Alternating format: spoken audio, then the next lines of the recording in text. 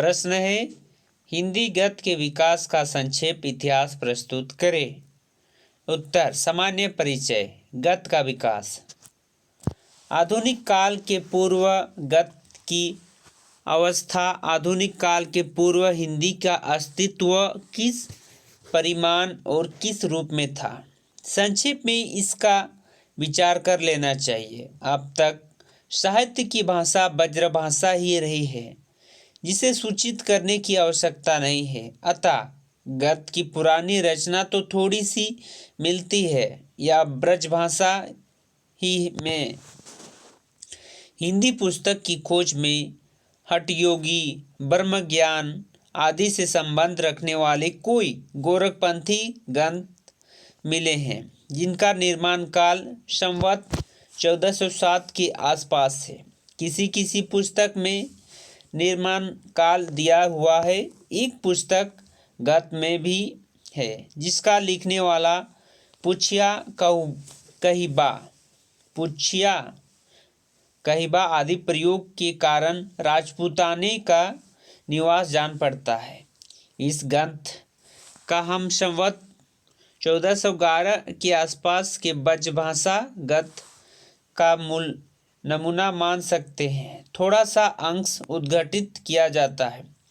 श्री गुरु परमानंद तिनको दंडवत है कैसे परमानंद आनंद स्वरूप है शरीर, जिन्हीं को जिन्हीं के नित्य में शरीर चेतनी अरु आनंदमय हेतु है। मैं तू गो गोरीस सो मच्छिंद्रनाथ को दंडवत करता हो है कैसे ये मच्छिंद्रनाथ आत्मज्योति निश्चर है। अतः करण इनका अरुम मूलधार ते छक चक्र जिनी तरह जाने। यह जो गद्य मिला है उसका कुछ अंश है, जिसे हमें निश्चय पूर्वक गद्य की पुरानी रूप मान सकते हैं। साथ ही यह भी ध्यान होता है कि यह किसी संस्कृत लेख की कथमूर्ति अनुवाद न हो, चाहे जो हुआ यह संवत 1900 के ब्रजभाषा ग्रंथ का नमूना है। ब्रजभाषा गद्य विठलनाथ। इसके उपरांत फिर हमें भक्ति काल में कृष्ण भक्ति शाखा के भीतर गद्य ग्रंथ मिलते हैं। श्री वल्लभाचार्य के पुत्र गोसाई विठलनाथ जी ने श्रृंगार मंडन नामक एक गद्य ब्रजभाषा में लिखा। उनकी भाषा का स्वरूप देखिए। प्रथम की साखी कहतु है, जो गोपी जन के चरण बीसे सेवक की दासी करे, जो जिनको प्रेमृत में डूबे के इनके मत हास्य नो जीते। अमृत समूह ता करी कुंजन बीसे सिंगार रस, श्रेष्ठ रसना किनो सो पूर्ण होत भई। यह ग्रंथ अपरिमार्जित और अव्यवस्थित है, पर इसका पीछे दो और सांप्रदायिक ग्रंथ लिखे गए हैं, जो बड़े ही हैं और जिनका भाषा में व्यवस्थित और चलती है। वल्लभ संप्रदाय में इनका अच्छा प्रचार है। इनका नाम है 84 वैष्णव की व्रता तथा 252 वैष्णव की वार्ता। इनमें से प्रथम आचार्य से वल्लभाचार्य जी का पौत्र और गोसाई विठलनाथ जी के पुत्र गोसाई गोकुलनाथ जी लिखे कही जाती है, पर गोकुलनाथ जी किसी शिष्य में लिखी जान पड़ती है, क्योंकि इसमें गोकुलनाथ का कोई जगह कोई भाव से उल्लेख है, जिसमें वैष्णव भक्त और आचार्य की महिमा प्रकट करने वाली कथाएं लिखी गई है, जिनका रचनाकार विक्रम में 17वीं शताब्दी के उत्तरांत माना जा सकता है। 252 वैष्णव की वार्ता तो और भी पीछे औरंगजेब के समय में लगभग लिखी प्रतीत होती है। इन वार्ताओं में कथाएं बोलचाल की ब्रजभाषा में लिखी गई है, जिसमें कहीं कहीं बहुत प्रचलित अरबी फारसी शब्द भी निष्कोच रखे गए हैं। साहित्यिक निरूपता या चमत्कार की दृष्टि से भी यह कथाएं नहीं लिखी गई है। उदाहरण के लिए यह उद्धृत अंश पर्याप्त है।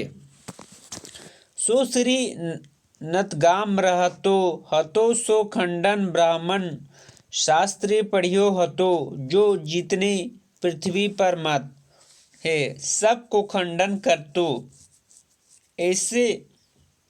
ऐसो बाको नेम हो तो यही तो सब लगन ने बाको नाम खंडन पारिये हतो। सो एक दिन श्री महाप्रभु जी के सेवक वैष्णव के मंडली में आए। सो खंडन करन लाग्यो। वैष्णव ने कहीं तो मेरी शास्त्रीय करना हवे तो पंडित के पास जा, हमारी मंडल में तेरे आवे को काम नहीं। इन्हों खंडन मंडन नहीं, भगवता दाता को काम है। बगदस सुननो हावे तो युवा आवा। दूसरा में है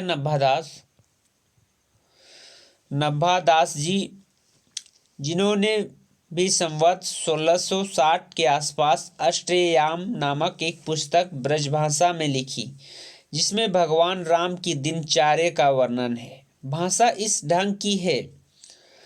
तब श्री महाराज कुमार प्रथम वशिष्ठ महाराज की चरण छुई प्रणाम करत भय। फिर ऊपर वृत्त समाज तिनको प्रणाम करत गए। फिर श्री राजधिराज जू को जोहार करियो। श्री महेंद्रनाथ जू निकट बैठ भय। ये नभादास जी का है, लिखा गया संवत 1660 में। तीसरा में है वैकुंठ मणि शुक्ल सन 1660 संवत 1680 में के लगभग। वैकुंठ मणि शुक्ल ने जो ओरछा के महाजन जसवंत सिंह के यहाँ थे, ब्रजभाषा ग्रंथ में अखंड महायम्य और वैशाख महायम्य नाम की दो छोटी छोटी पुस्तक लिखी। द्वितीय के संबंध में वे लिखते हैं, सब देवतन की कृपा ते वैकुंठ मणि सकुल सी महारानी चंद्रवली के धर्म पढ़वो के अर्थ या जसरूप ग्रंथ वैशाख महतन भाषा करत भय। एक समय नारद जी ब्रह्मा की सभा में उठ के सुमेरे पर्वत को गए। ब्रजभाषा गत में लिखा एक नासिकेता फान मिला है, जिसकी कर्ता का नाम ज्ञात नहीं है। संवता 1960 के उपरांत भाषा व्यवस्थित है। हे ऋषि स्वर, अरे सुनो, मैं देखूं कि सो कहे। काले वर्ण महासुख के रूप जम की कर देखे। सर्प बिच्छू सिंह बड़े बड़े ग्रंथ देखे। मैं पाप कभी को जम दूत चलाए के मृदगर अरु लोहे के दंड मारे देत है। आगे और जीवन को त्रास देते देख है तू मेरो नभ रोम खरे होत। सुरती मिश्र चौथा में है सुरती मिश्र, जिन्होंने संवत 1767 में संस्कृत की कथा लेकर बेताल पचीसी लिखी, जिसको आगे चलकर लालूदास ने खड़ी बोली हिंदुस्तान में में किया। जयपुर नरेश सवाई प्रताप सिंह ने आज्ञा से ताला हीरालाल के संवत 1852 में आई अकबरी की भाषा वचनिका नाम की एक बड़ी पुस्तक लिखी।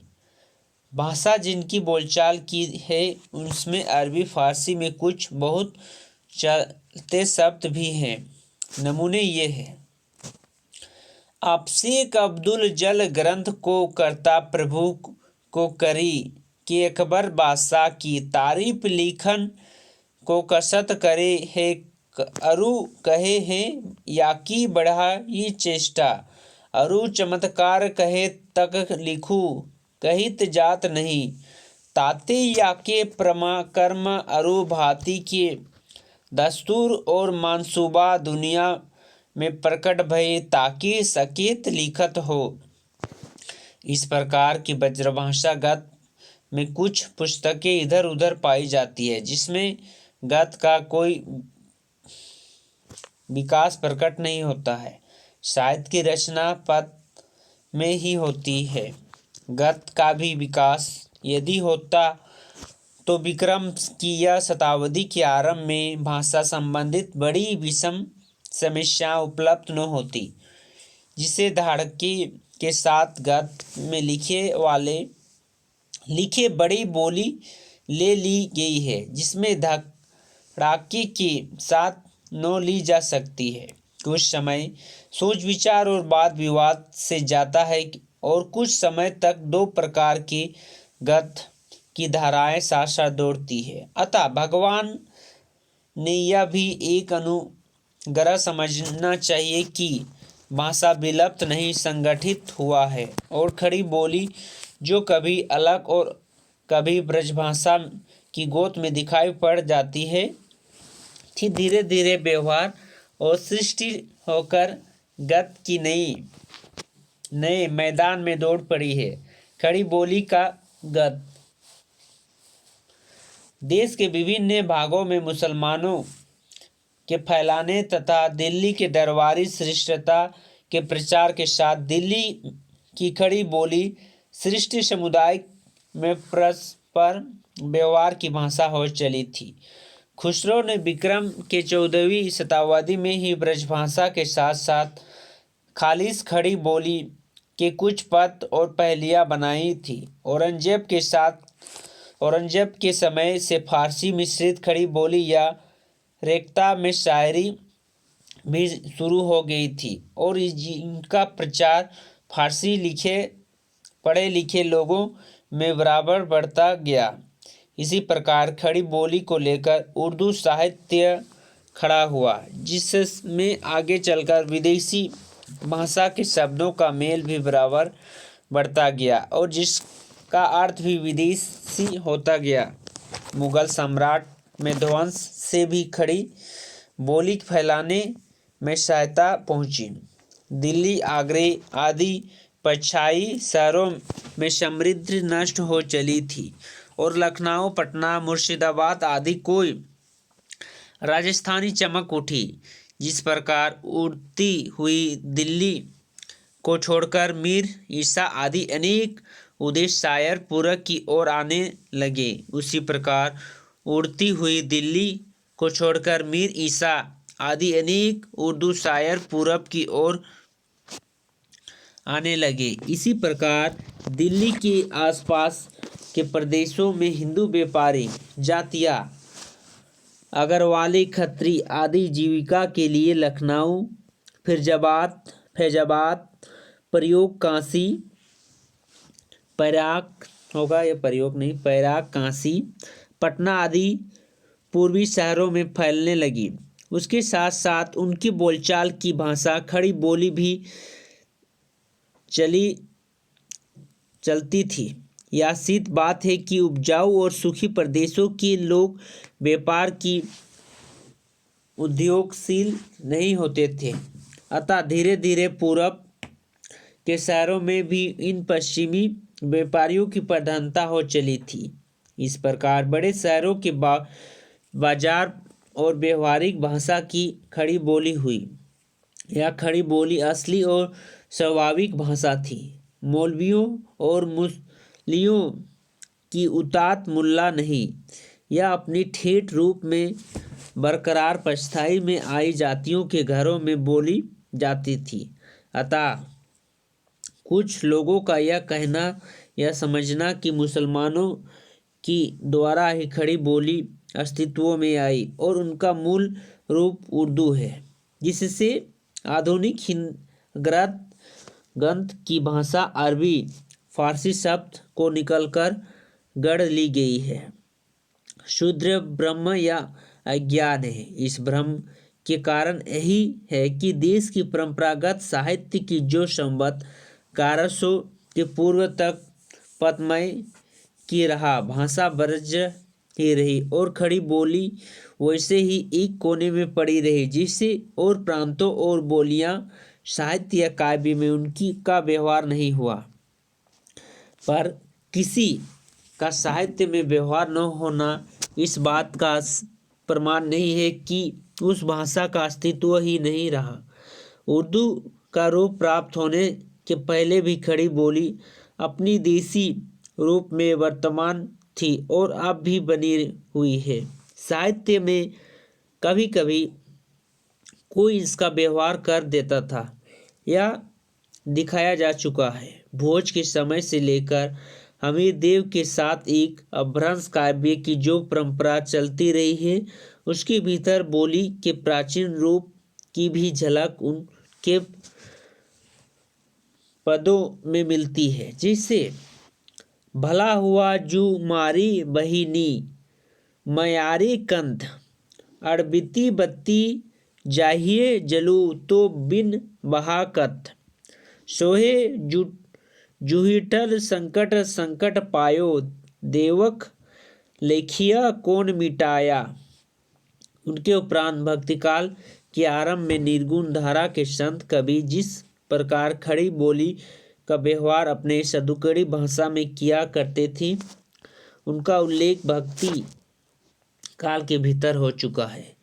कबीरदास के ये वचन लीजिए। कबीर मन निर्मल भया कैसा गंगा नीर, कबीर कहत जात हो सुनता है सब कोई, राम कहे भला होगा नहीं तर भला न होई, आऊँगा न जाऊँगा मरूंगा न जीऊँगा, गुरु के शब्द रम रम रहेगा। अकबर के समय में गंगा कवि ने छंद बंद वरंस की महिमा नामक एक ग्रंथ पुस्तक खड़ी बोली में लिखी। इनका भाषा का नमूना देखिए। सिद्ध श्री 106 श्री श्री नत नाही श्री जी दलपत जी अकबर शाही, हम खास में खकत ऊपर विराजमान हो रही हो और आस खास भरने लगी है, जिसमें तमाम उमराव आए आर्य खुशीत बजाय जुहार करके अपनी बैठक पर बैठ जाया करे, अपनी अपनी मिसाल से, जिनकी बैठक नहीं तो रेशम की रस्सी की लूमें पकड़कर तमाम तमीज में रहें। इतना सुन के पातशाहिनी श्री अकबर शाहजी याद शेर सोना नरहत दास चारनी को दिया। इनके 1.5 शेर सोना हो गया। राम बचेगा पूरन भया, आम खास बरखास हुआ।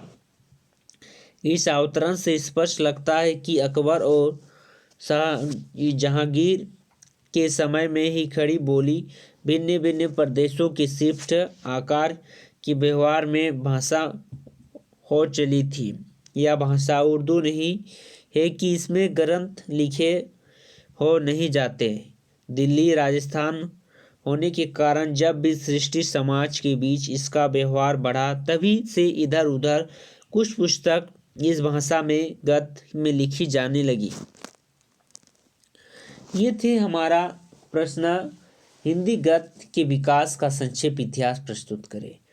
हिंदी गद्य का विकास किस प्रकार हुआ, कौन कौन से मुख्यतः लेखक थे जो कि हिंदी गद्य के विकास में अहम भूमिका निभाए। जैसे कि हम लोग कह सकते हैं हिंदी गद्य का विकास ब्रज भाषा से हुआ, जो कि ब्रज भाषा में लिखने वाले विठलनाथ थे, नब्बादास जी थे, वैकुंठ मणि शुक्ल थे तथा सूरती मिश्र थे, जिन्होंने ब्रज भाषा में गद्य लिखा। उसके बाद ब्रज भाषा से धीरे धीरे वह गद्य हिंदी में विकसित होते गई।